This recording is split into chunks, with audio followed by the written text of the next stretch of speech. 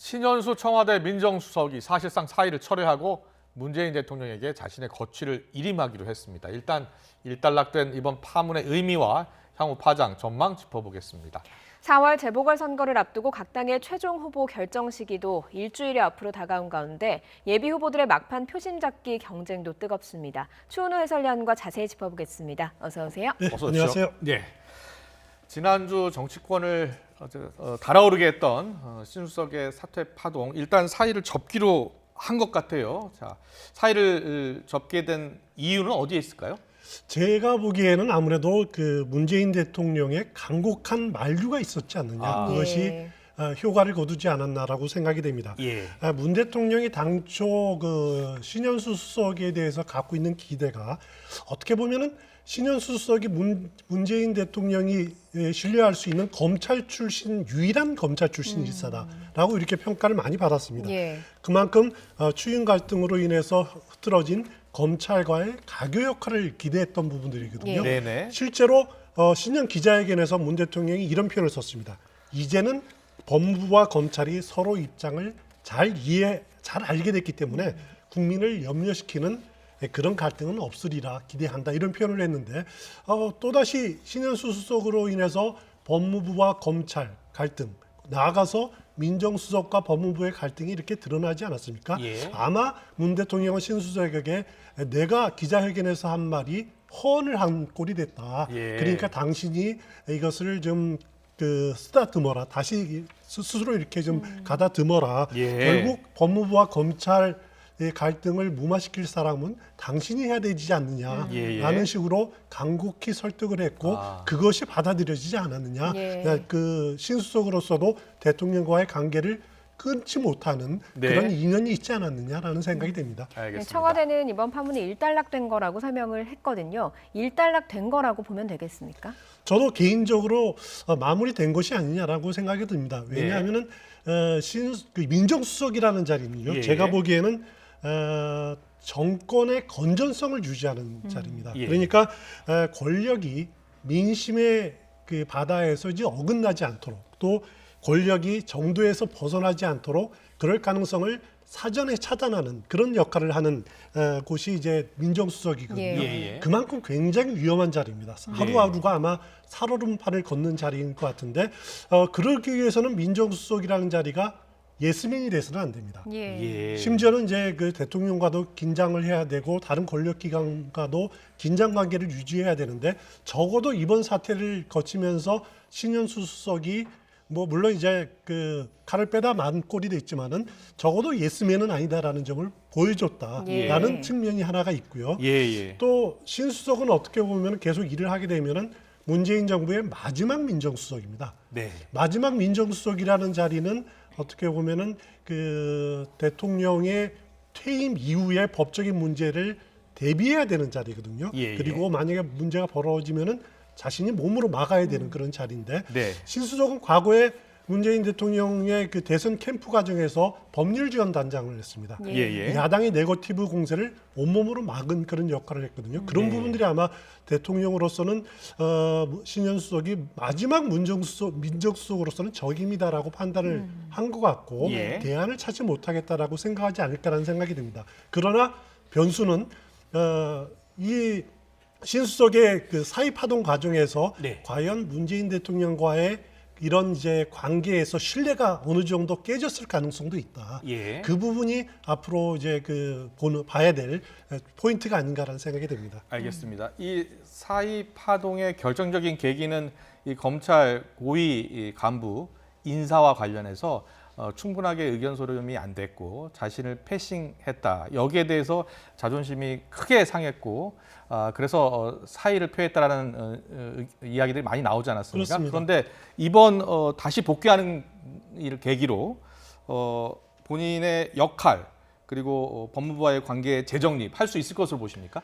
일단 그 신수석이 앞으로 할 일이 많습니다. 왜냐하면은 지금 여당 위주로서 여당에서 추진하고 있는 중대 범죄 수사청을 신설하는 문제, 그걸 조율하는 문제도 있고 또 윤석열 총장 임기가 7월 24일이면 끝나지 않습니까? 예. 새로운 검찰총장이 임명이 되는데 그 과정들을 무난하게 해야지 레임덕을 막을 수 있다. 예. 그래서 해야 될 일이 굉장히 많습니다.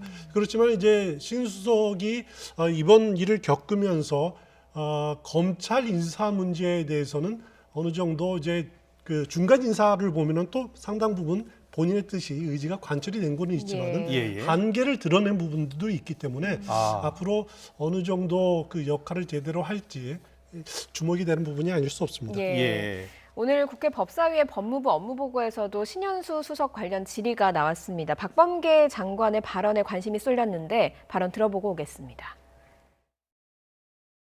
그 지난 주말에 신수석과 연락이나 만남 가지셨습니까? 확인해드리기 어렵습니다.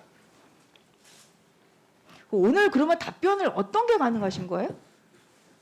물어봐 주십시오. 진로만 있고 지금 답변이 없는 거 아니겠습니까? 예.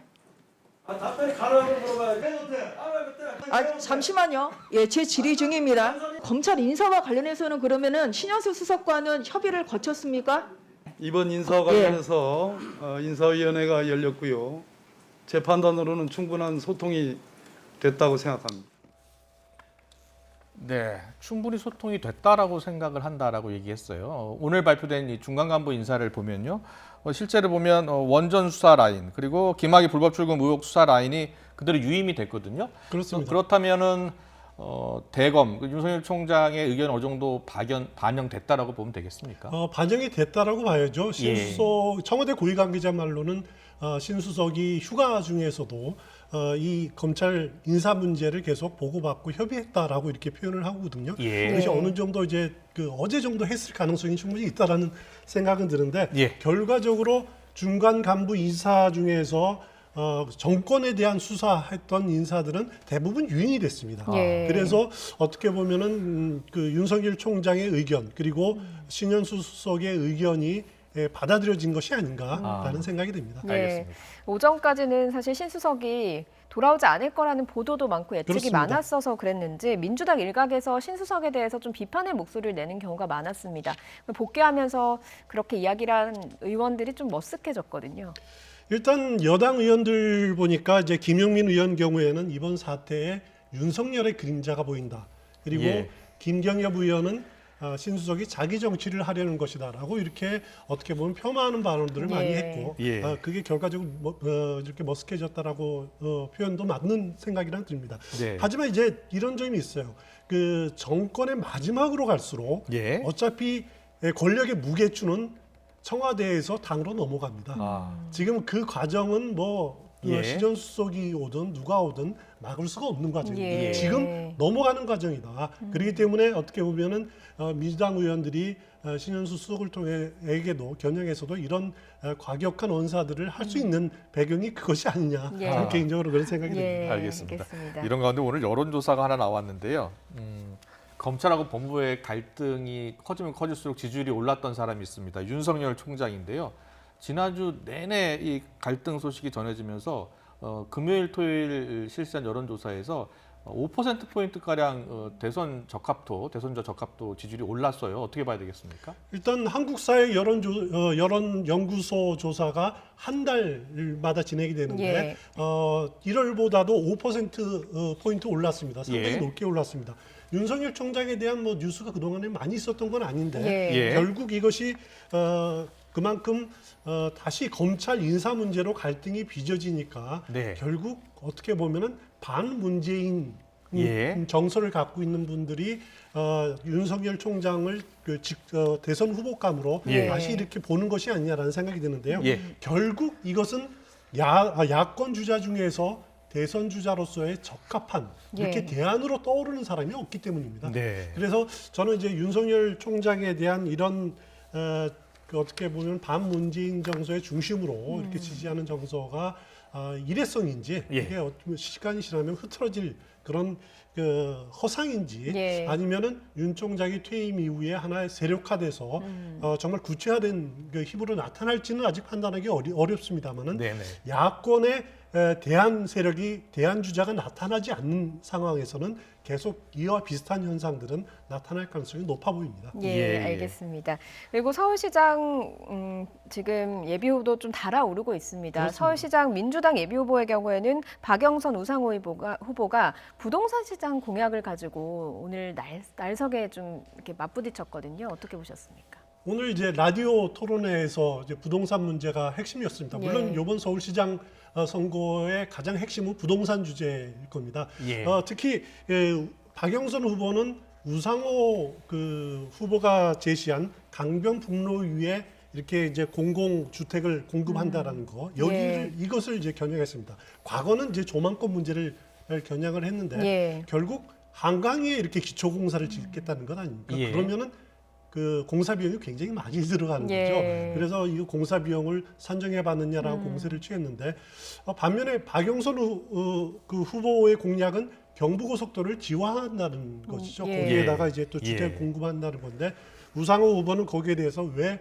강남에 개발을 집중하느냐라고 공세를 했는데 여기서 이제 오늘 그 토론회에서 지적은 되지 않았지만은 박영선 후보가 지금 제시한 21분 네. 도시 예. 그 가장 핵심 중에 하나가 이제 대표적으로 꼽은 데가 여의도 아닙니까? 예. 여의도 이렇게 가로지르는 도로에다가 거기다가 스마트팜을 만들고 공공주택을 짓겠다라는 것 아닙니까?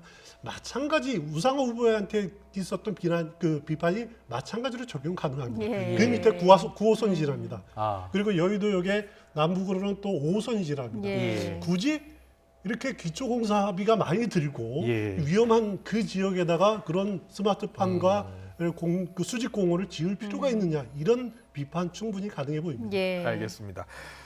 여당 이제 최종 후보 선출까지 약 일주일 정도밖에 남지 않았어요. 그런데 이제 여당의 고민이 이 경선에서 좀 흥행, 그러니까 국민적인 관심이 좀 높아지면 좋은데 그렇게 흥행 분위기는 나오지 않거든요.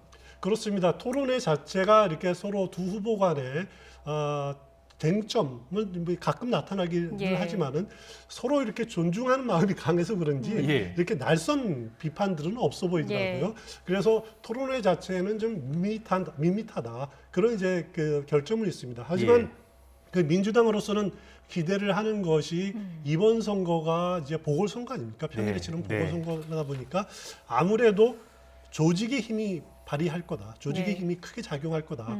민주당은 아. 조직으로서는 굉장히 탄탄합니다. 예. 그 2011년 박원순 그 당시 무소속 후보였지만 예.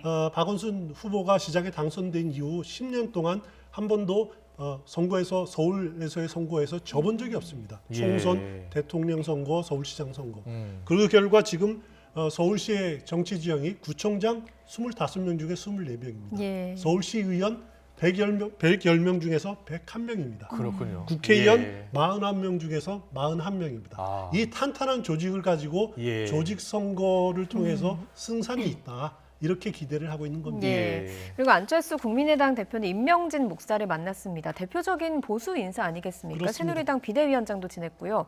안철수 대표와 보수 안 맞는 것 같은데 좀 보수적 색채를 더해간다 이렇게 봐도 되겠습니까?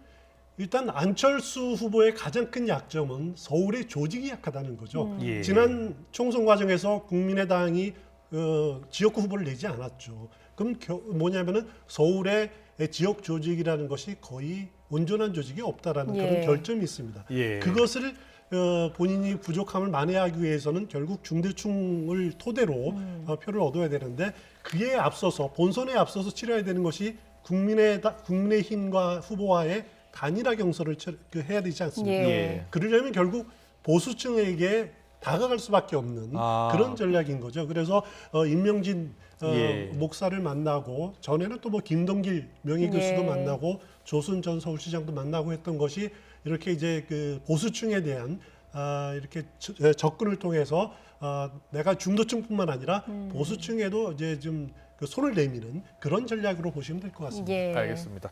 국민의힘 부산시장 경선을 보면요, 박민식, 이현주 두 예비 후보가 단일화에 합의했어요.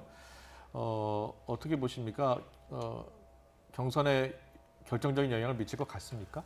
경선에 어느 정도 영향을 미칠 것은 틀림없는 사실입니다. 하지만은 박형준 후보가 지금 이제 당 내외에 예. 이런 사실 어려움에 처해 있는데 당 내는 이렇게 이제 그 두 후보 간의 후보 단일화 예. 또 당 외는 MB 시절 국정원 불법 사찰에 대해서 이제 청와대 정무수석으로서 보고받지 않았느냐라고는 의혹들 아닙니까? 예. 그런 부분들을 최근 여론조사를 보면은 그런 그 안팎의 시련에도 불구하고 잘 버티고 있는 단계가 아닌가 지금 예. 단계로서는. 예. 그래서 그 당 내부에 이렇게 그 후보 단일화 예. 압력도 제가 보기에는 아직 결정적인 요인은 되기에는 좀 힘들지 않느냐 예. 그런 생각이 듭니다. 예.